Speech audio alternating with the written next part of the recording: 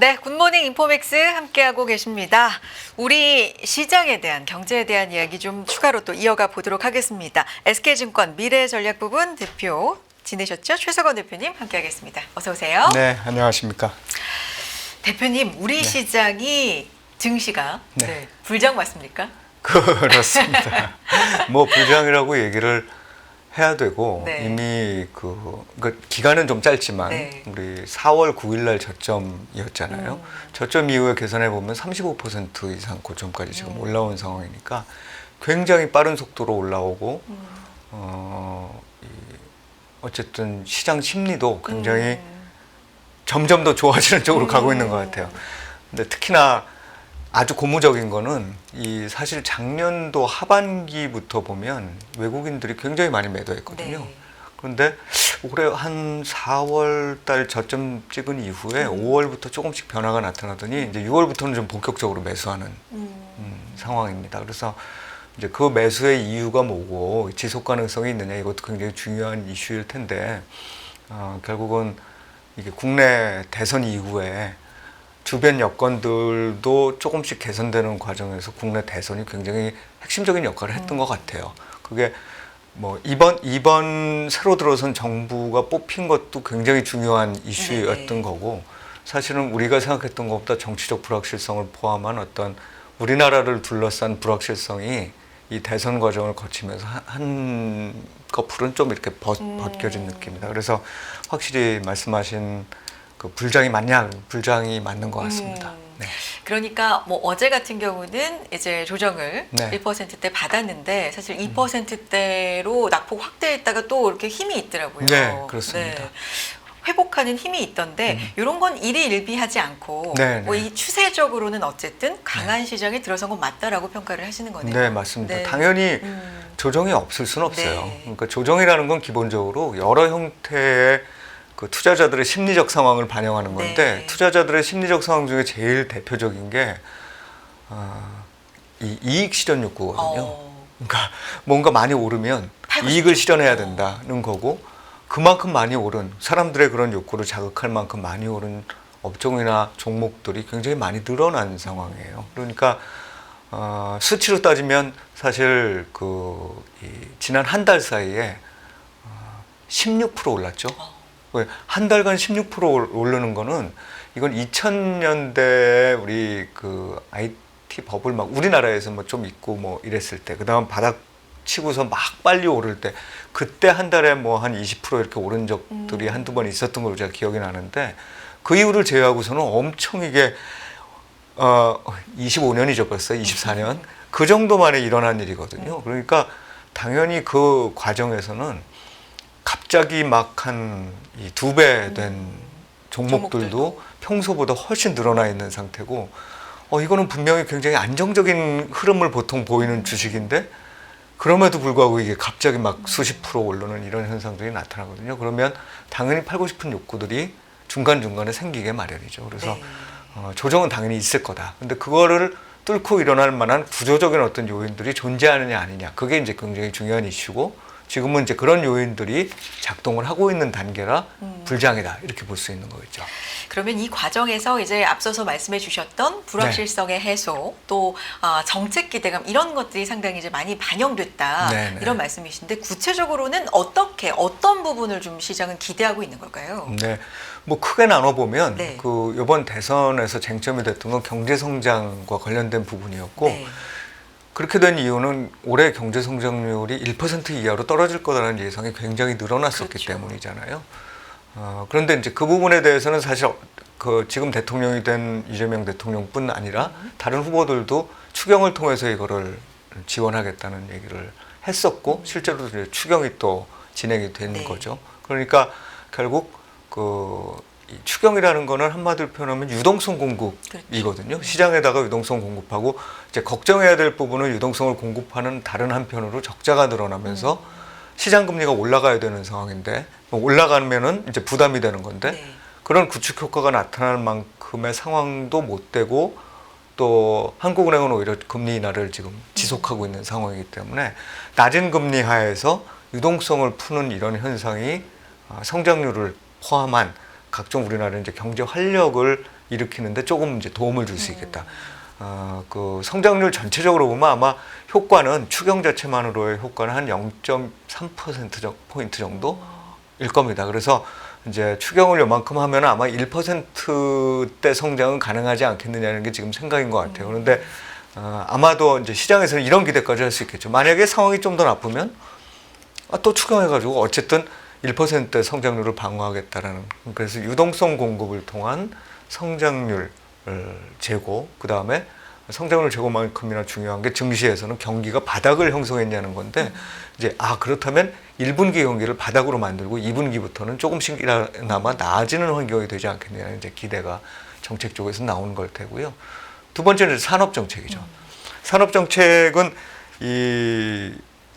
사실은 조금 후보마다 결이 다르긴 했는데, 지금의 글로벌 상황을 보면 지금 우리가 이제 선택한 이 정부가 더 맞다고 볼 수 있어요. 왜냐하면 지금 그 최첨단 기술 쪽에서의 경쟁이라든지 각종 제조업체 쪽에서의 제조업에 있어서의 경쟁이라는 게 미국이 관세 전쟁을 비롯해서 리쇼어링과 관련된 각종 이제 이 글로벌 밸류 체인을 이렇게 조정하려는 움직임을 보이잖아요.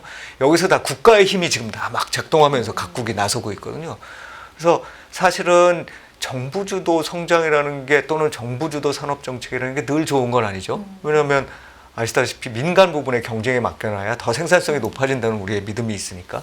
그런데 지금 현재의 상황은 이 경쟁 상황에서 기업은 물론이고 정부가 나서서 이거를 지원해 줘야만 싸움이 된다라는 그런 상황으로 지금 또 흘러가고 있었기 때문에 지금 정부가, 새로 들어선 정부가 하려는 여러 가지 산업과 관련된 정책들이 이제 또 기대를 불러일으킬 수 있는 그런 상황이었습니다. 대표적으로 나타났던 게 이번에 이건 약간 이제 조금 뭐 더 평가해 볼 필요는 있겠지만, 콘텐츠라든지 또는 인터넷이라든지 네. 이런 쪽에 있어서 우리가 AI 산업을 적극적으로 국가 차원에서 지원하게 될 경우에 수혜를 받을 기업들이나 업종이 이제 영향을 받는 이런 요소가 있었을 거고요.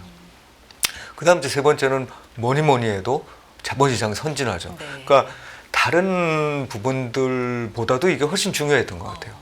그러니까 이게 좀 사건으로 따지면, 옛날에 우리 제 이제 오랜 기억으로 더듬어 보면 여러 이제 금융시장을 선진화시키기 위한 노력들이 있었습니다. 정말 옛날에는 그 사채 시장이 우리나라가 많았는데 그거를 양성화시켜서 이른바 이제 단자 회사라고 하는 그런 제도권으로 편입시켰던 것들도 있었고, 또 외국인에 대해서 전면 개방한, 그러니까 IMF의 이유가 되겠죠, 직후가.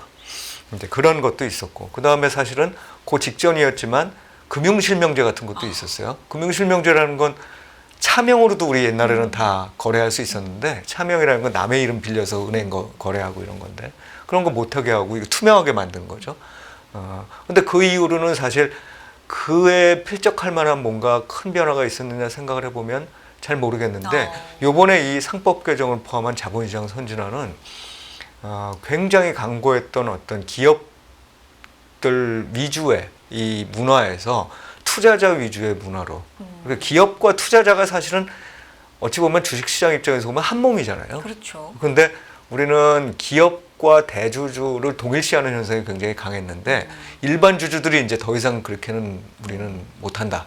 그리고 특히나 우리나라의 주주죠. 주식 가지신 분들이 그 1,400만 명을 넘어서는 이런 상황이 돼버리니까 이제 더 이상 이거는 지탱이 불가능한 거고, 항상 그 기업을 위한다는 친기업적인 게 한편으로는 일반 주주를 소외시키는 방향으로 작동을 하고, 그게 또 외국인 투자자들한테도 굉장히 큰 영향을 미쳤는데, 네. 그 부분에 있어서의 전면적인 어떤 개혁을 하겠다는 거니까, 실제로 이제 그 개혁이 어떻게 진행될 것이냐, 실현될 것이냐는 좀 지켜봐야 되겠지만, 네. 어쨌든 그 기대만으로도 우리 시장은 그동안 코리아 디스카운트 너무 저평가됐는데, 아니 그것만 일정 부분 성공해도 이게 지금과는 다른 평가를 받을 수 있는 거 아니야? 이런 생각을 당연히 할 수밖에 없었죠. 그래서 크게 나눠서 그 유동성 공급, 산업 정책, 그 다음에 자본시장 선진화, 이건 이제 통칭해서 그렇게 말씀을 드리는 겁니다. 상법 개정을 포함한 자본시장 선진화, 이것이 결국은 이번 이제 상승 과정에서 다른 나라들보다 훨씬 더 빠른 속도로 우리나라 증시를 상승시킨 그 6월 달만 놓고 보면 진짜 압도적인 일등이죠. 아웃퍼폼이거든요. 네. 그러니까 그런 영향을 미친 거라고 볼 수 있겠습니다. 근데 이제 대표님도 말씀하시는 와중에 많이 나온 단어가 기대라는 단어잖아요. 네네. 지금 이제 경제 상황을 우리가 분석할 때 현재 상황과 기대로 올라간 주가 상황의 이 괴리가 네네. 좀 있는 상황이다 보니까 주식이 이제 기대로 올라가는 건 맞는데 그러면 언제까지 기대로 올라갈 수 있는 건 어느 정도 선까지 우리가 봐야 되고 이런 기준을 좀 지금은 세울 필요가 있습니까? 어때요, 대표님? 기본적으로 이번에 나타난 기대가 이전에 비해서는 조금 더 지속될 가능성이 있다고 보는 건 이번 정부가 사실 이런 어떤 공약들을 제대로 수행하지 못했을 경우에 나타난 후폭풍이 상당히 강할 수도 있다는 점을 분명히 인지할 거라고 저는 생각을 하고 특히나 지금 이제 이 정권을 잡은 여당이죠. 여당의 민주당은 굉장히 오랜 기간 동안에 걸쳐서 상법 개정을 비롯해서 이 기업 관련된 거버넌스의 투명화 또는 합리화를 주장해 왔었어요.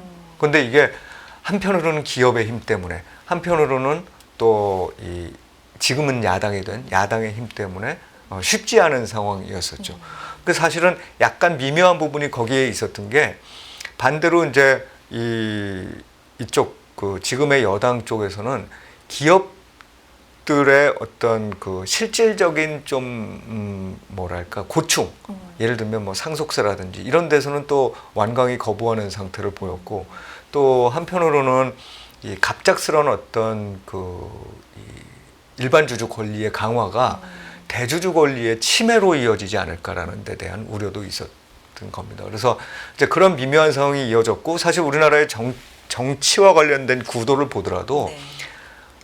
여소야대가 굉장히 많이 있었어요. 그러다 보니 정책이 지난 한 10여 년에 걸쳐가지고 제대로 집중력 있게 수행되지 못한 이제 경우가 많았다고 봐야 될 겁니다. 이제 그런데 사실 지난번 이제 문재인 정부 때 그게 한번 기회였었고 그때는 그게 이제 부동산 시장 쪽에 주로 포커싱이 되면서 정책들이 맞춰진 반면에 이제 이번에는 확실히 그 주식시장 쪽으로 포커싱을 하고 있고 그 주식시장 쪽에 있어서의 포커싱이라는 게 결국은 이 자본시장 선진화와 관련된 각종 상법 개정. 근데 여서야되기 때문에 이게 상당히 많은 부분이 법제를 통과해야 되는데 법으로 통과될 가능성이 굉장히 높아진 거거든요. 그러니까 모두에 말씀드린 기대가 연장될 수 있다는 건 이게 이번에는 실제로 정말 법제화 될 거다라는 이 믿음까지 이제 담보하고 있는 거다. 그래서 제가 보기에는 이제 밸류에이션이 올라가는 결국은 이 주가라는 게 밸류에이션이 올라가는 측면이 하나 있고 이익이 올라가는 측면이 있는데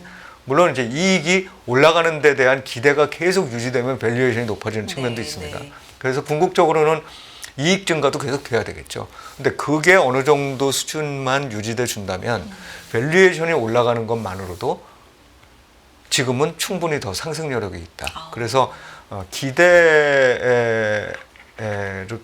실제화되면서 정말 다 이렇게 이 우리나라 시장이 글로벌 밸류에이션 수준에 맞춰진다. 이러면 정말 지금과는 완전히 차원이 다른 이 주가 수준까지 올라가겠죠. 이게 이제 우리 주가 5천 얘기하시는 건데, 근데 그게 헛된 얘기만은 아니에요. 그러니까 밸류에이션 수준이 정말로 선진국 수준까지 우리가 올라간다?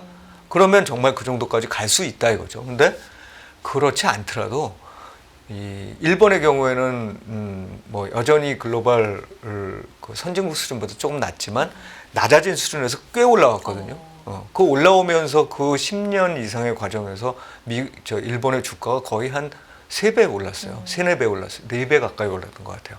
근데 우리나라는 생각을 해보면 지금 이제 초입 단계라고 보이는 거죠. 그래서 지금은 이 단기로 너무 급등했기 때문에 나타나는 이익 실현 욕구라든지 자연스러운 어떤 조정의 그런 힘들은 분명히 있겠지만 그럼에도 불구하고 추세는 아직 살아있는 여러 가지 기본 여건이 지금 마련됐다 이렇게 볼 수 있겠습니다. 그리고 어느 때보다 이 기대가 반영되는 기간 같은 경우는 조금 더 이어질 가능성. 네, 그렇습니다. 이런 부분. 그리고 이게 이제 실제화가 되는 과정에서 좀 더 평가를 다시 받을 수 있는 네. 레벨 자체가 좀 달라질 수 있는 긍정적 가능성 네, 지금 네. 말씀해 주셨는데 환율 같은 경우는 지금 좀 영향을 주고 있는 거예요. 어떻게 보세요? 네네. 네. 환율은 사실을 뭐 크게 보면 이 원화가 강세가 되는 거잖아요. 이제 달러가 약세 영향도 물론 그렇죠. 있습니다만. 달러 네. 약세 영향이 있었는데 우리나라가 달러 약세 영향을 작년도 한 말부터 해가지고 제대로 못 받다가 네. 그게 이 관세 영향까지 겹쳐지면서 관세 전쟁 영향까지 겹쳐지면서 계속적으로 우리나라 통화는 달러도 약세인데 우리나라 통화도 다른 나라 대비하면 상대적으로 약세인 흐름이 나타났었어요. 그러다가 이제 관세 전쟁이 끝나진 않아 유예됐죠. 유예되면서 나타나는 그런 반작용 때문에 크게 한번 원화가 오른 게 있고 그 다음에 이제 실제로 이 대선이 지난 다음에 다시 또 한번 오른. 그래서 결국은 달러 약세가 된 부분만큼 거의 우리나라 이제 통화도 그 다른 나라 통화와 비슷하게 주요국 통화와 비슷하게 이제 강세로 가는 상황이 되겠습니다.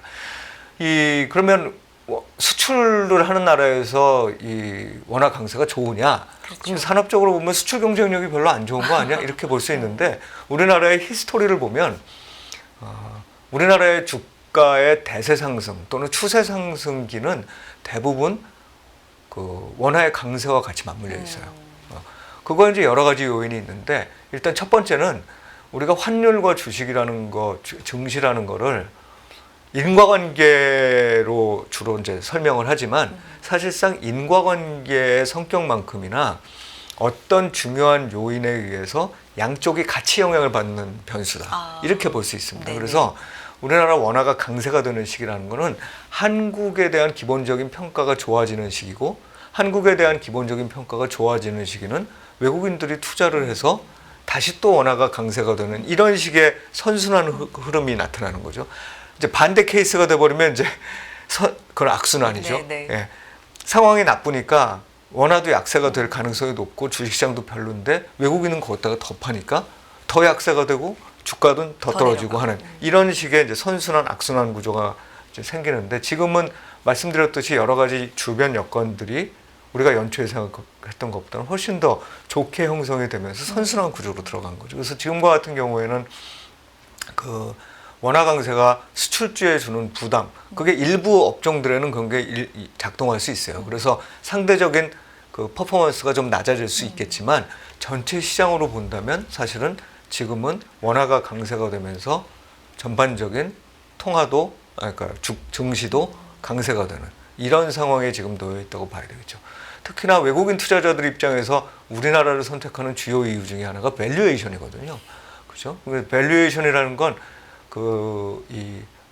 FX 스왑을 하거나 해서 원화로 바꿔서 원화 자산에 투자하는 달러 보유 투자자들 입장에서 보면은 두 가지의 기대 수익이 맞물려 있는데 하나는 한국 증시가 있을 거고 또 하나는 당연히 환율이 네. 있을 거잖아요. 네. 환율의 움직임과 또 FX 마켓에서의 이 스왑 마켓에서의 움직임이라는 건 결국은 또 해지를 만약 한다면 그러니까 그런 거에 다 영향을 미치는 거기 때문에 기대 수익이 지금 양쪽에서 다 높아지는 상황이고 밸류에이션과 관련된 관심이 높은데 환율도 괜찮아? 이러면 외국인 투자자 입장에서 보면은 매력적인 상황이라고 네. 볼 수 있죠. 게다가 올해 상반기를 걸쳐서 쭉 나타나고 있는 현상 중에 하나가 트럼프 대통령 당선 이후에 각종 정책들이 미국의 불확실성을 조금 높이면서 미국으로 막 지난 2년간 흘러갔던 자금들이 조금씩은 글로벌리 분산되는 느낌. 네.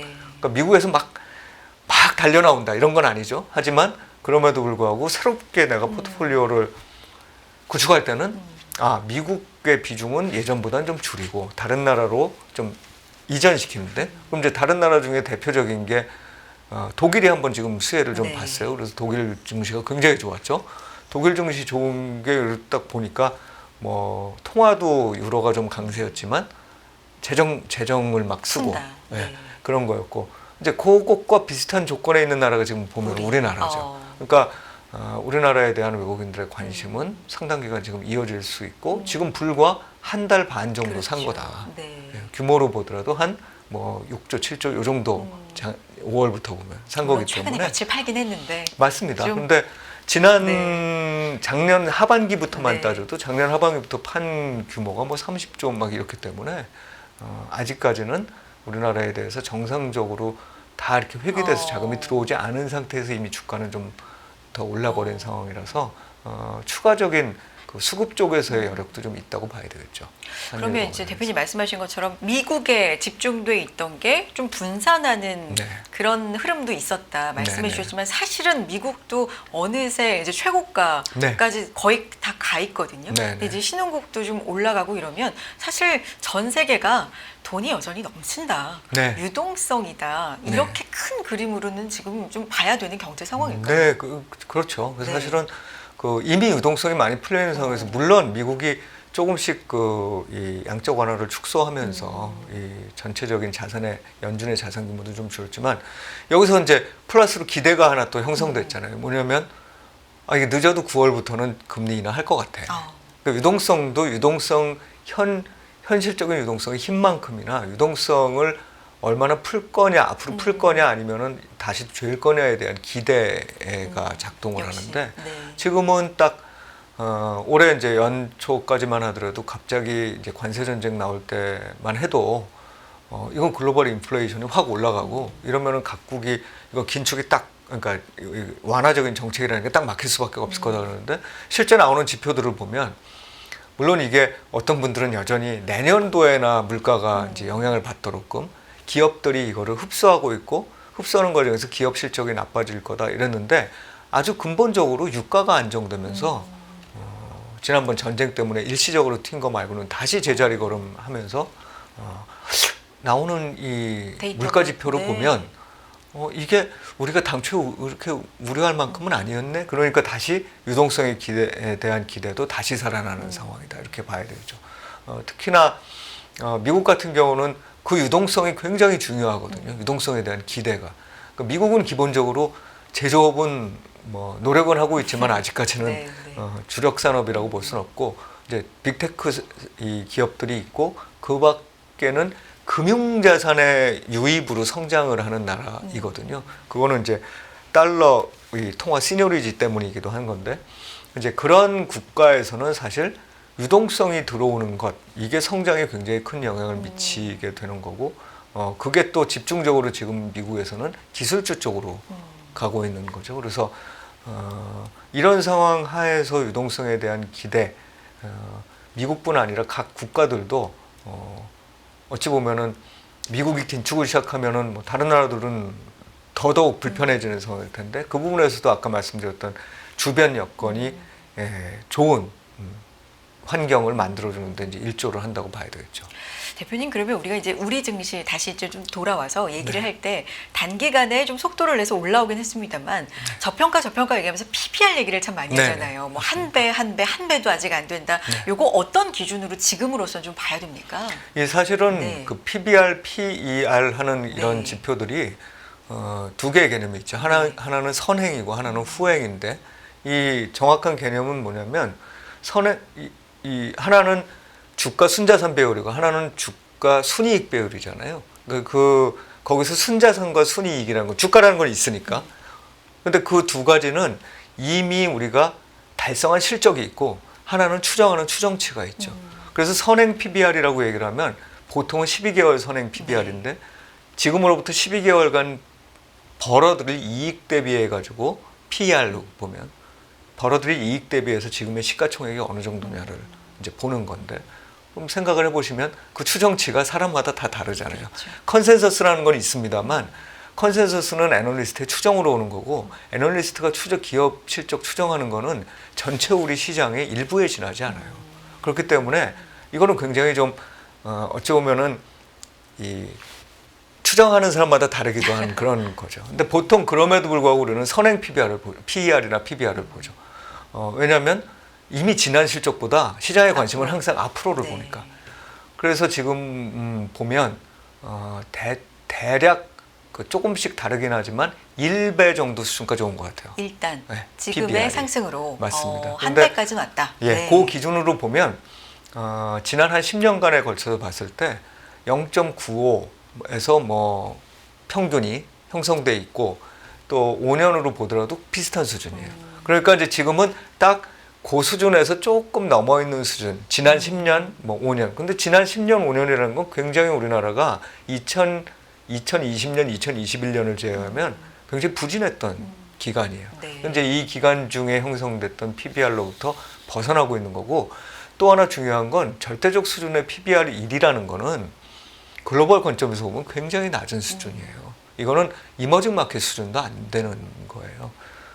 선진국의 PBR은 일본이 좀 낮은데도 1.4배, 5배, 1.5배 막 이렇게 되는 상황인 거고, 미국 같은 경우는 뭐 3배가 4배 되는 상황이니까, 유럽도 지금 독일 같은 경우는 2배가 넘는 상황이에요. 3배에 근접해가는. 그래서 이제 이 부분에서 만약에 우리가 어느 정도라도 따라잡기 시작한다 그러면 생각해 보시면 PBR 1배에서 지금 3,100이라는 네, 얘기는 네. PBR이 1.5배가 되면 얼마가 될까요? 4,500이 되는 거죠. 그러니까 그렇게 바로 되지는 않을 겁니다만 그럼에도 불구하고 계산상은 네. 그런 생각을 할 수 있다는 거죠. 알겠습니다. 오늘 여기까지 듣도록 하겠고요. 또 모실게요. SK증권 미래전략부문 최석원 대표와 함께했습니다. 대표님 고맙습니다. 네, 고맙습니다. 매일 돈을 쓰는데 그 가치는 누가 정할까요? 정답은 슈퍼달러 슈퍼리치에 있습니다.